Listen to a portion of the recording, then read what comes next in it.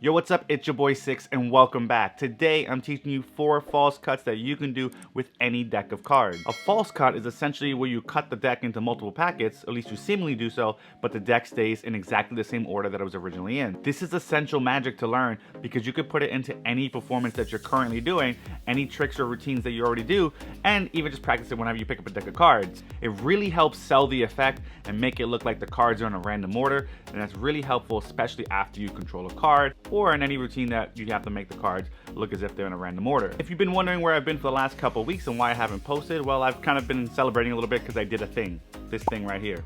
That's me, that guy right there. That's right, I graduated. I got a master's degree in teaching. Teaching is obviously something that I'm very passionate about. Not only do I do it here on this channel, but I also do it here in New York City. I'm a full-time high school teacher. Clearly something that I'm passionate about, but I finally finished my master's degree, which is really exciting. I just wanted to share that with you guys. And this is why I have so much time to get this channel started, because now I don't have to deal with grad school anymore. But enough about me, I want to hear about you. Tell me an accomplishment that you've reached that you're really proud of in your life. Drop that in the comments below. Let's get into the tutorial of the 4 false cuts that you are learning today. All right, today's cards are the Bicycle Capital playing cards. These are really, really nice. Nice little foil on the tuck case there. It's also embossed, and the faces are nice because they're vintage looking faces. I really like the vintage look of the faces. And the cards are printed pretty well. I like them. Standard, what you expect from Bicycle. If you like these, you can pick them up in the description below. They're linked there for you to purchase. But these are the cards I'll be using in today's video. Today we're talking about what's called the Optical False Cut, also known as the Winnipeg False Cut. I'm going to show you a couple little touches you can use in order to make it seem more realistic, but it looks something like this. Cut the cards, and of course the cards are never actually cut because they're actually still in order. Ace through King of Diamonds, Ace through King of Clubs, Ace through King of Hearts, and Ace through King of Spades. Involves 2 packets. What I ended up doing was making 2 different color packets. I split the deck in half and color coordinated them so you can follow along. I'm going to start with the blue packet on top of the yellow packet. This is essentially the order of the deck of cards. Because the way the false cut works is it's basically an optical illusion in which it looks like you're taking the top packet and cutting it, but you're actually not. You're taking the bottommost packet, which is the yellow packet, placing that to the table, and then covering it with the blue packet. At speed, you don't really notice this. So let's talk about some specific tips to make this a little bit easier. First thing is I'm holding with my left thumb and fingers at the side, index finger at the front.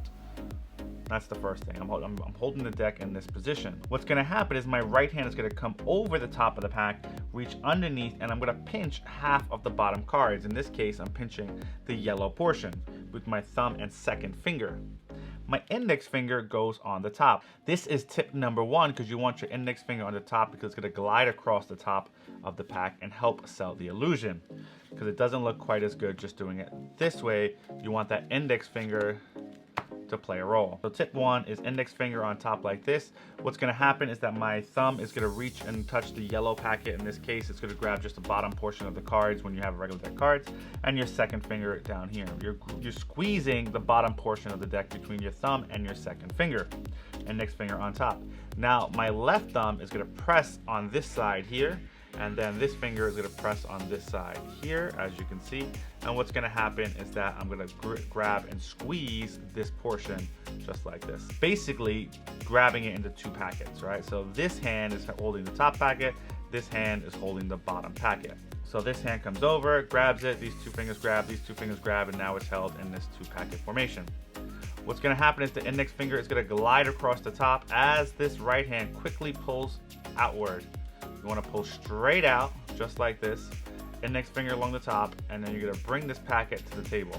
Now, I like to create the motion of the left hand coming up, right, like splitting the packet. It makes it a little bit faster. So as this hand goes down, this hand comes up and pulls away. This hand comes downward, right? My left thumb is pulling downward towards myself, right? Downward towards myself. So left thumb starts going downward. As it does, it pulls the packet to the table. This left thumb is going upward, so I'm basically splitting the packet into a V. From the back, you can see that. And this is going to the table. I grab this packet gets slapped on top. And it keeps the cards in the same order, just like this. Another way in which you can add to this, other than the index finger, is by using what's called the retention. And that's when I look like I pick up the top packet and I do this. So what happens there? Well, my right hand comes over, and this makes it a little bit easier, and this is the way I perform it most often, because now I don't have to worry about any friction of the cards that I split from the bottom. My right hand comes over, my fingers are going to grab just like before, but before I do anything, my right hand breaks the packet into a V formation, just like this, so I split it in half, as you can see there. And then, as it comes down just a little bit, I'm going to switch the thumbs, right? You see how I'm switching my thumbs here, because the bottom fingers are just acting as like a pivot point. So, once again, I crack it open. Now the hands come together just a little bit. Once it hits my left thumb here, this thumb hits here, and now I'm switching the packets going to the bottom.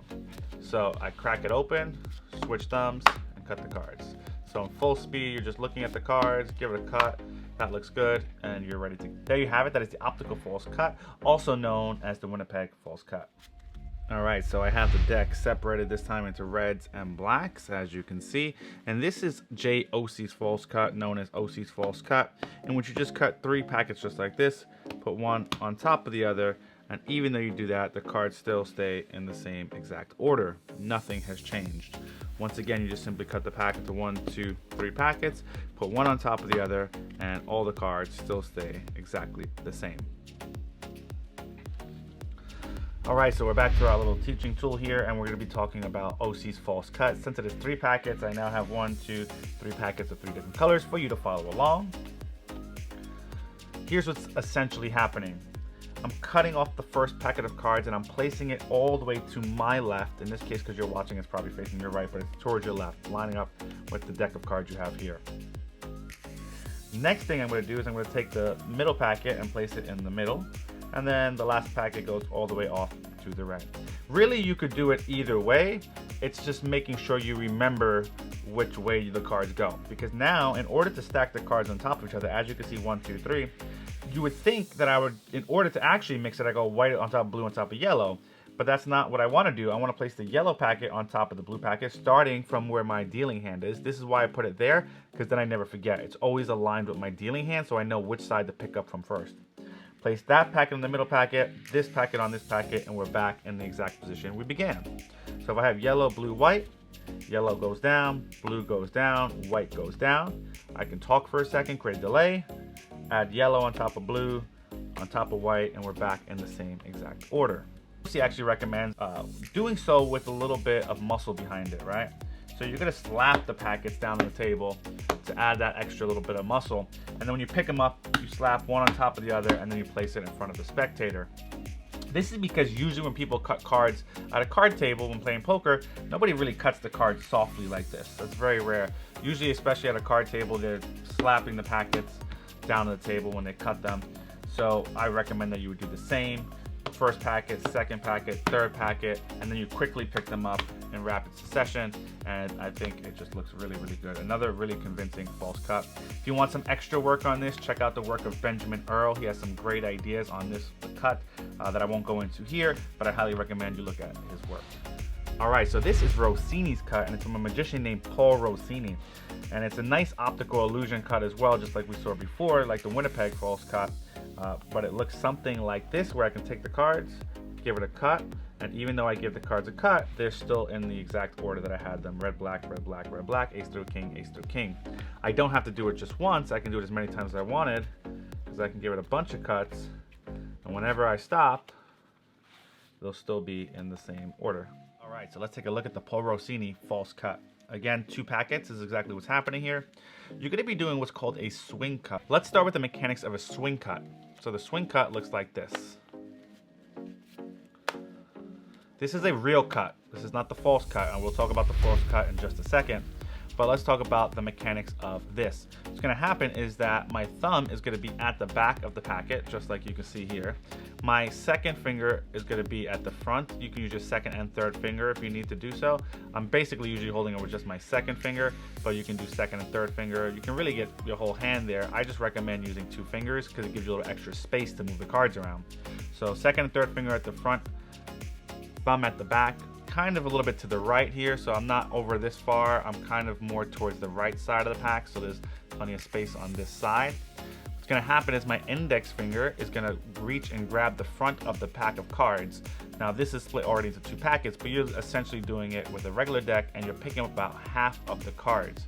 So my index finger is going to pull up, lifting half the cards, and then it's going to kick to the left. It's going to swing the cards to the left. So up and to the left. Eventually, you'll naturally just pull the cards off to the left like this, but a little bit of practice, pull up and then kick it over to the left. Because when I lift the cards like this and kick it over to the left, it's now going to go into my left hand. It's going to specifically go into the crotch of my left hand, the crotch of my thumb and index finger here. So I lift up, kick it over. What's going to happen, the left hand comes over here. My left thumb is going to touch the top and squeeze it against my palm. So I'm going to squeeze the packet together, and this is going to hold the cards in place as I pull them all the way to this side. And then this packet goes right on top. So again, I hold it just like this, lift up, kick to the side, and swing the packet over. I swing and I cut. This is why it is called the swing cut.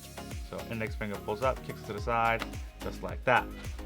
Now in the context of the Paul Rosini False Cut, you're going to use that swing cut, because I'm going to swing the cards over just like you learned. But look what happens with the packets, right? The yellow packet is on top. So I kick it over to the side. Normally you'd put this on top, but you're not going to do that now. Now you're going to turn both hands vertical. So they go vertical. My left pinky is squeezing against my left hand. This way I can now basically maneuver the packet without the cards falling. My index finger is also at the front to prevent them from falling forward, but my back pinky is squeezing the cards, which prevents them from slipping out, and I can thus lever the cards over to the side. As that happens, because they both go vertical, the right hand packet gets tossed in front, almost as if you were doing a overhand shuffle.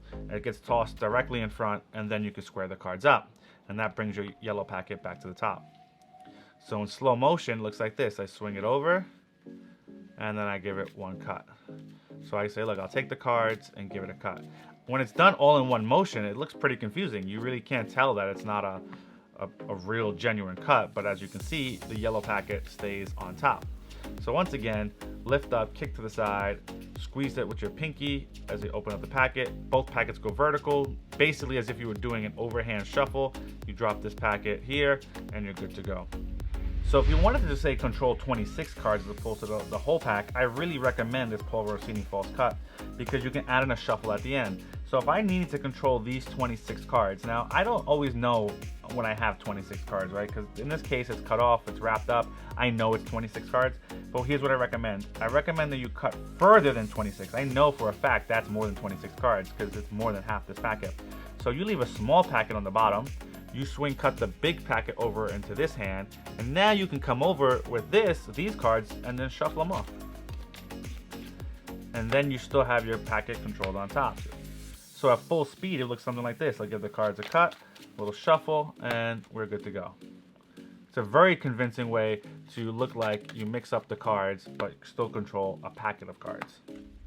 So let's take a look at the Frank Thompson False Cut. We're going to give the cards a little cut just like this, and they are still in order.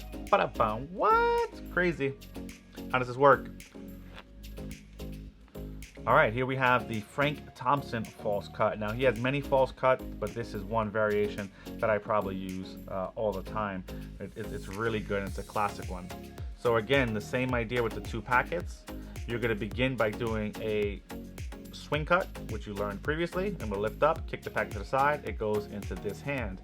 Now, I'm going to turn this hand vertical, but not this one. And I'm going to tap these cards against this portion as if I'm straightening the cards. Once I do that, I drop it to the table, and then I pick these up and I drop these on top as well. Once again at full speed. And it looks like a legit, genuine cut, but you notice the yellow packet stays the same.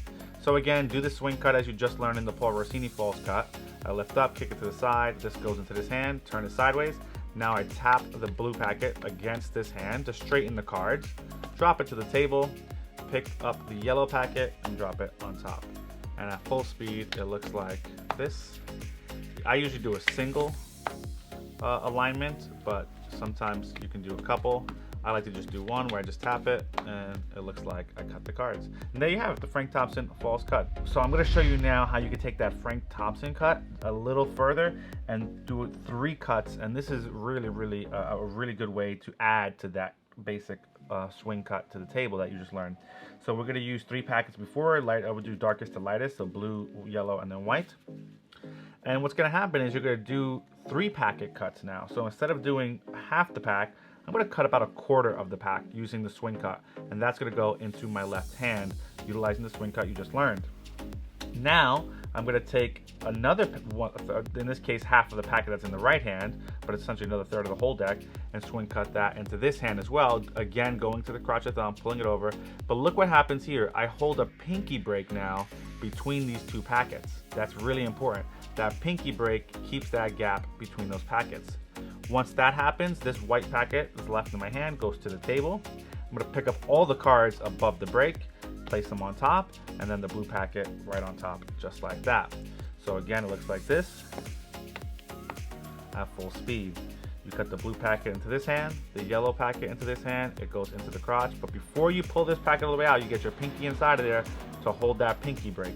So that pinky holds the break, and then you take this packet, drop it straight to the table, pick up this packet, looks like you cut it again, and drop that on top. And that is the triple false cut by Frank Thompson, and that is really probably easily the cut that I use #1 overall. That combination of either just a single cut like this or doing the triple cut, you can't go wrong. Sometimes I like to stagger the packets a little bit so people can see them and then square them up. That's a little touch because it looks like you can see the 3 cuts and it makes it feel more authentic than it really is. But that is a fantastic false cut that I highly recommend you use all the time. And as with all these false cuts, you don't have to do them directly to a table. You can have the spectator hold out their hand. Say, hold out your hand. Say, I'll give the cards a few cuts like this. And now they're holding the cards, and then you can start with your effect, but you just use their hands. You don't have to use a table for all these cuts. You know, it's just a great way to use this in performance if you're doing walk-around magic. There you have it, 4 false cuts that you can do with any deck of cards. You can start practicing them right away, adding them into your routines. If you enjoyed that, make sure you hit that like button, hit that subscribe button, and leave a comment below. I want to hear about you. Tell me an accomplishment that you've reached that you're really proud of in your life. Drop that in the comments below. And until next time, peace.